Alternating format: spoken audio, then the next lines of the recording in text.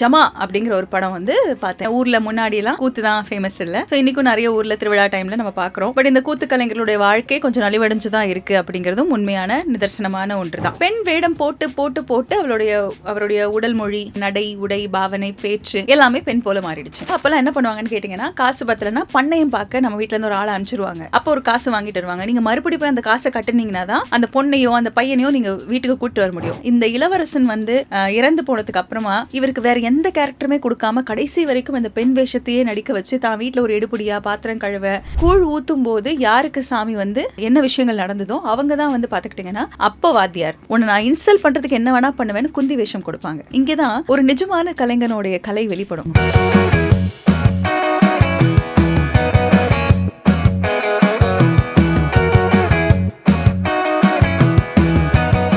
Hi, welcome to Doshi talks. இன்னைக்கு வந்து ஒரு மூவி பிக்கோட தான் வந்திருக்கேன். அதாவது இந்த படம் பார்க்கலாங்க நீங்கள் ஓடிடியில் ஃப்ரீயாக இருக்கும்போது. நல்ல படங்கள் விரும்புகிறவங்களுக்கு சில படங்கள்லாம் சஜஸ்ட் பண்ணலாமே அப்படின்றதுனால இது ஒரு முயற்சி. பார்ப்போம் எவ்வளோ தூரம் எப்படி போகுதுன்னு.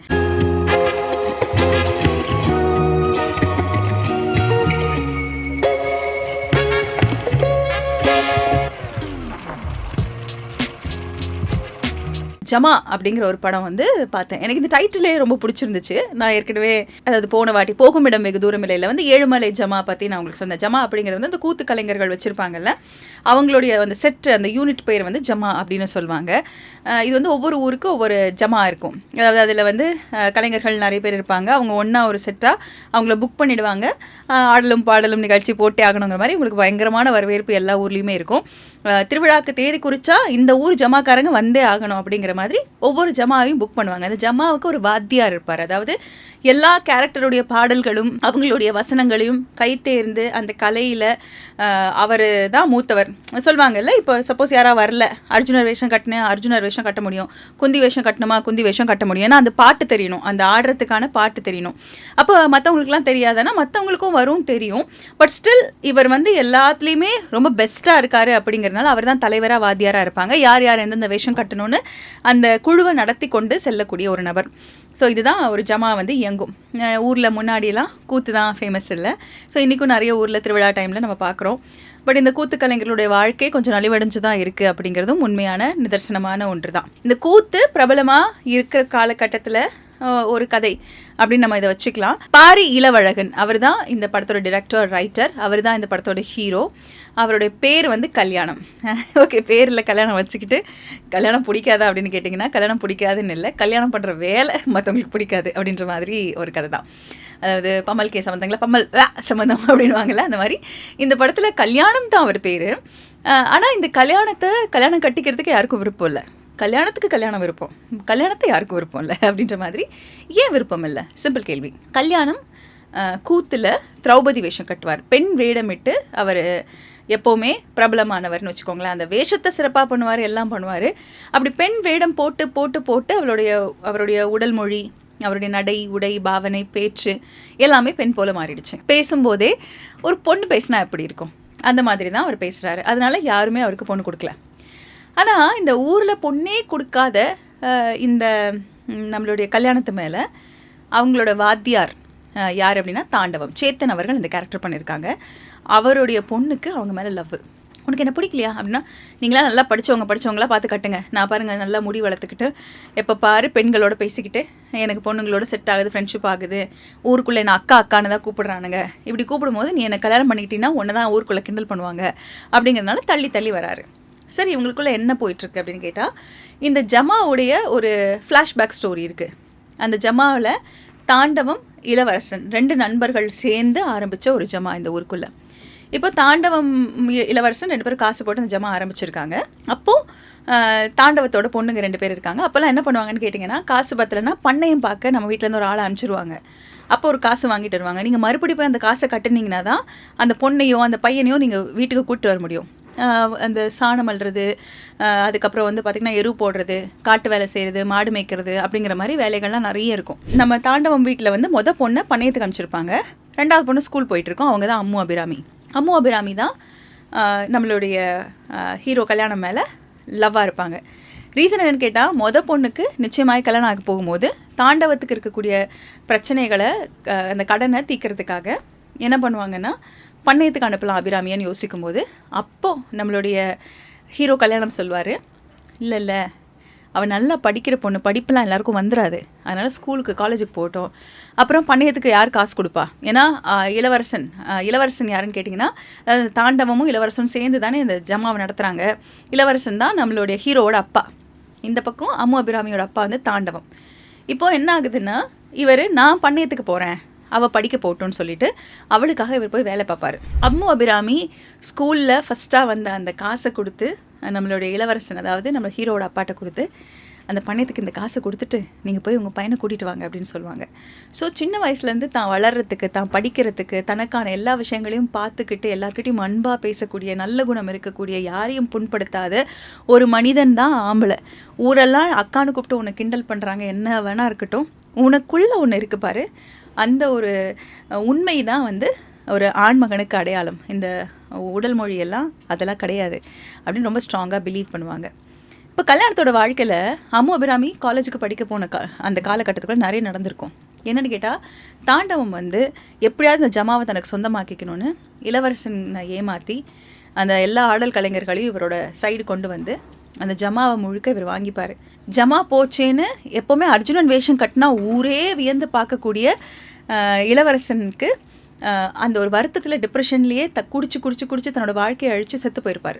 இந்த இடைப்பட்ட காலகட்டத்தில் தான் நம்மளுடைய ஹீரோ என்ன பண்ணுவார்னா, அவங்க அப்பா ஜமாவில் இருக்கும் போதே என்ன வேஷம் கட்டுறது அப்படின்னு கேட்கும்போது திரௌபதி வேஷம் கட்டி தான் எங்கள் அப்பாலாம் அர்ஜுனர் வேஷம் போட்டார், பெண் வேஷம் நான் கட்டுறேன்னு சொல்லவும், அப்போ ஆரம்பத்தில் பெண் வேஷம் போடுறதுக்கு அது எதுவாக இருந்தாலும் கலைதானே அப்படின்ற நோக்கத்தில் தான் அவர் அதை எடுத்திருப்பார். ஆனால் இந்த இளவரசன் வந்து இறந்து போனதுக்கு அப்புறமா இவருக்கு வேறு எந்த கேரக்டருமே கொடுக்காம கடைசி வரைக்கும் இந்த பெண் வேஷத்தையே நடிக்க வச்சு தான் வீட்டில் ஒரு எடுபடியாக பாத்திரம் கழுவ, துணி துவைக்க அப்படிங்கிற மாதிரி உபயோகப்படுத்திட்டு இருக்கக்கூடியவர் தான் நம்மளுடைய தாண்டவம் சேத்தன் அவர்கள். சேத்தனுக்கு நல்லா தெரியும் இந்த பையன்கிட்ட ரொம்ப பெரிய கலை இருக்குது. இவங்க அப்பா எப்படி ஊருக்குள்ளே பெரிய ஆள் ஆனாரோ, யாரை பார்த்தாலும் அவரை பற்றி அர்ஜுனர் வேஷம் கட்டினா பேசினாங்களோ அது இவருக்கு வந்துடக்கூடாது அப்படிங்கிறதுனால அந்த பெண் வேஷத்தை தவிர எதுவுமே கொடுத்துருக்க மாட்டாங்க.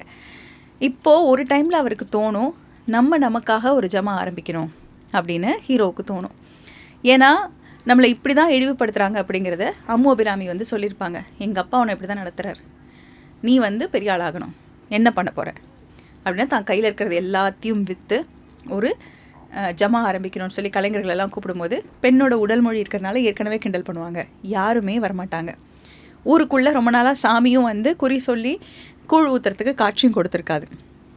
இப்போது இவரை ஒதுக்கி வச்சதுனால தான் இந்த விஷயங்கள் நடக்குது அப்படின்னு தெரிஞ்ச உடனே கூழ் ஊற்றுறதுக்கு நம்மளோட ஹீரோவை உள்ளே கூப்பிட்ட உடனே எல்லா பிரச்சனைகளுக்கு பிறகு அப்புறமா அவங்களுக்கு வந்து ஒரு சைன் வரும், இந்த வருஷம் கூழ் ஊற்றலாம் அப்படின்னு.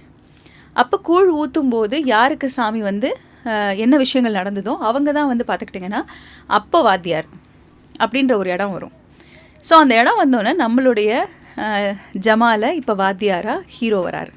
ஏன்னா ஹீரோக்கு சாமி வரும். ரொம்ப வருஷமாக ஒரு 11 வருஷமாக சாமி ஏன் அந்த ஊரில் வரல, பட் அந்த வருஷம் அவரை இன்க்ளூட் பண்ணும்போது சாமி வரும், அது அவருக்கு வரும். அப்போது இந்த இடத்துல அவர் வாத்தியார் ஆன உடனே அர்ஜுனன் வேஷம் கட்டலாம் அப்படின்னு முடிவு பண்ணுவார். இங்கேயும் கலகம் பண்ணி சேத்தன் மறுபடி எல்லா ஆட்டக்கலைஞர்களுக்கும் ஒரு சொல்லுவாங்கள்ல ஒரு மைண்ட் கேம் விளையாடி அவரே தான் அர்ஜுனன் வேஷம் கட்டணும்னு முடிவு பண்ணுவார். கர்ணன், அர்ஜுனன் எல்லாத்தையும், அதாவது அந்த முக்கியமான வேஷங்கள் எனக்கு அப்படின்றத எடுத்துப்பாங்க. அன்றைக்கி வந்து கர்ண நாடகம். அப்போ இதில் என்னென்னா எப்போவுமே கட்டக்கூடிய திரௌபதியை கூட அவரை கட்ட விட மாட்டார். நீ வந்து குந்தி வேஷம் கட்டு அப்படின்றவார். எல்லாருக்கும் ஷாக்கு. இத்தனை நாள் அவன் திரௌபதியாவது கட்டிகிட்டு இருந்தான், நீ என்ன குந்தி தர? அண்ணா அவர் கட்டின திரௌபதியே கொடுக்கலாம் இல்லைண்ணா அப்படின்லாம் கேட்பாங்க. உன்னை நான் இன்சல்ட் பண்ணுறதுக்கு என்ன வேணால் பண்ணுவேன்னு குந்தி வேஷம் கொடுப்பாங்க. இங்கே தான் ஒரு நிஜமான கலைஞனுடைய கலை வெளிப்படும். அவர் குந்தி வேஷம் முதல் முறை கட்டுறாரு, படத்துலையும் வந்திருக்கும். அப்போது அந்த கர்ணன்னா நம்மளோட சேத்தன் வந்து அந்த அம்பு பாஞ்சு படுத்திருக்கக்கூடிய காட்சி, அந்த குந்தியாக அந்த போர்க்களத்தில் தன் மகனை இழந்து போய் அவங்க கதறி அழக்கூடிய ஒரு காட்சிக்கு வந்திருக்க கூட்டமெல்லாம் கண்ணீரில் அப்படியே நனைஞ்சு அவங்க வந்து வயிற்றுலையும் வாயிலையும் அடிச்சுக்கிட்டு அழுகக்கூடிய அந்த பர்ஃபார்மன்ஸை பார்த்து, அதுக்கு முன்னாடி கர்ணனாவது அர்ஜுனனாவதுன்னு யாரை பற்றியும் யோசிக்காமல் இவரே வந்து அப்படியே அந்த கண்கள் எல்லாம் பார்த்து கண்ணு கலங்கி குளமா அப்படி இருக்கும். படுத்திருந்த அந்த சேத்தன் இவ்வளோ பெரிய மகா கலைஞனை நம்ம இத்தனை நாள் இவ்வளோ இன்சல்ட் பண்ணுறோம், அவன் எதை கொடுத்தாலும் நல்லா தான் பண்ணுறான். அவனுக்கு வந்து இயற்கையிலே கலை உடலில் இருக்குது. அவன் அர்ஜுனன் தான் இதுதான் அதுதான் இல்லை, நீ எதை கொடு அவன் அதுவாக மாறுவான். அப்படிப்பட்ட ஒரு கலைஞரை நம்ம இன்சல்ட் பண்ணுறோன்னு உண்மையாகவே அந்த இடத்துல ஒரு கில்ட் வந்து கர்ணன் வேஷம் போட்டு மாரில் அம்பு பாஞ்சிருந்தாலும் கண்ணு கலங்கும் அவருக்கு. அப்படியே அந்த கண்ணு தண்ணி வெளியில் வரும், கண்ணை திறந்து பார்ப்பார். தான் எவ்வளோ பெரிய தவறு பண்ணியிருக்கோம். இந்த கலை மேலே கர்வம் இருக்கக்கூடாது. கலைஞனை சக கலைஞனை மதிக்க கற்றுக்காம எப்போவுமே கேவலமாக ஒரு மனிதனை ட்ரீட் பண்ணுறதுனால நம்ம எவ்வளோ தாழ்ந்து போயிருக்கோம் அப்படின்னு அப்போ தான் சேத்தனுக்கு தோணும். ஸோ அப்படி ஒரு ரியலைசேஷன் காட்சிக்கு அப்புறமா தான் மறுபடி நம்மளுடைய ஹீரோ கல்யாணம் அவர்கிட்ட சரண்டர் ஆகிறதுக்கு நடந்து வரும்போது அவர் கொலாப்ஸ் ஆகிடுவார். அதுக்கப்புறமா ஒரு அர்ஜுனர் வேஷம் கட்டக்கூடிய ஒரு காட்சி வரும். அர்ஜுனனாக எப்படி பிரதிபலிக்கிறாரு அப்படிங்கிறது தான் இந்த கதையில் லாஸ்ட்டாக ஒரு பியூட்டிஃபுல்லான காட்சி ஒன்று வந்திருக்கும். அவங்க அப்பா இளவரசனுக்கும் இவருக்குமான ஒரு காட்சி இல்லை, பட் இருந்தாலும் அவர் இருந்திருந்தால் எப்படி இருப்பாரோ அதே போல் இந்த மகன் அப்படிங்கிறத வந்து காமிச்சிருப்பாங்க. இந்த கதை முழுக்க கூத்து தான். இந்த கதை முழுக்க பார்த்துக்கிட்டிங்கன்னா நம்ம பார்க்காத ஒரு லைஃப்பை காட்டக்கூடிய கதை தான். எனக்கு இந்த படத்தில் என்னெல்லாம் பிடிச்சிருந்ததுன்றது நான் சொல்கிறேன்.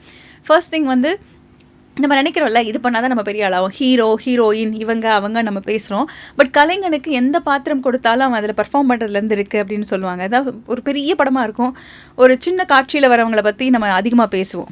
இப்போ அவங்க அந்த ரோலுக்கு ஜஸ்டிஃபிகேஷன் கொடுத்துட்டாங்க அப்படின்னாலே முடிஞ்சு போச்சு அப்படிங்கிற மாதிரி கலைஞன் எது எடுக்கிறானோ அது அவங்க அதுவாக மாறினாலே அதுக்கு பண்ணக்கூடிய மரியாதை, அந்த திறமையை வந்து நீங்கள் மூடி போட்டு மறைக்க முடியாது அப்படிங்கிறது இந்த படத்தில் காமிச்சிருப்பாங்க. ஒரு நல்ல வாட்சாக நிறைய மலையாள படம் பார்க்குறவங்களுக்கு, கொஞ்சம் வந்து ஸ்லோ ஃபிலிம்ஸ் பார்க்குறவங்களுக்கு இந்த படம் வந்து ஒரு நல்ல ஒரு எக்ஸ்பீரியன்ஸ் அமையும். ஸோ ஜமா எனக்கு ரொம்ப பிடிச்சிருந்துச்சு. ஜமா பார்க்கணுன்னு நினைக்கிறவங்க ப்ரைம் வீடியோவில் பார்க்கலாம்.